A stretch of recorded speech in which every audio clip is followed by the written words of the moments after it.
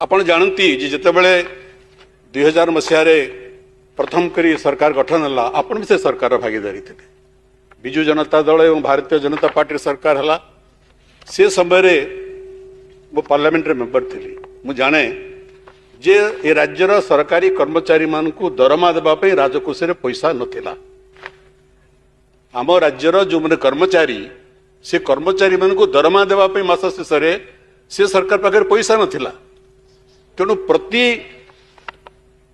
3 मासरे 4 मासरे सरकार को ओभरड्राफ्ट करने को पड़ूला।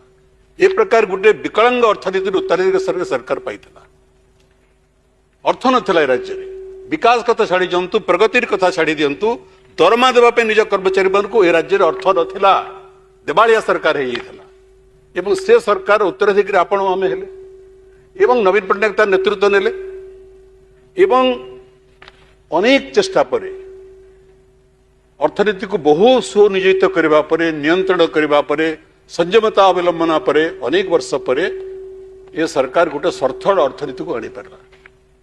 आमे कहूँ 24 वर्ष किसी है ना 24 वर्ष जदि गोटे कथा है से है जे गोटे विकलांग अर्थनीति को दरिद्र अर्थनीति को एक ऋणग्रस्त राज्य को गोटे सरकार एक सबल अर्थनीति परिणत कर पारे।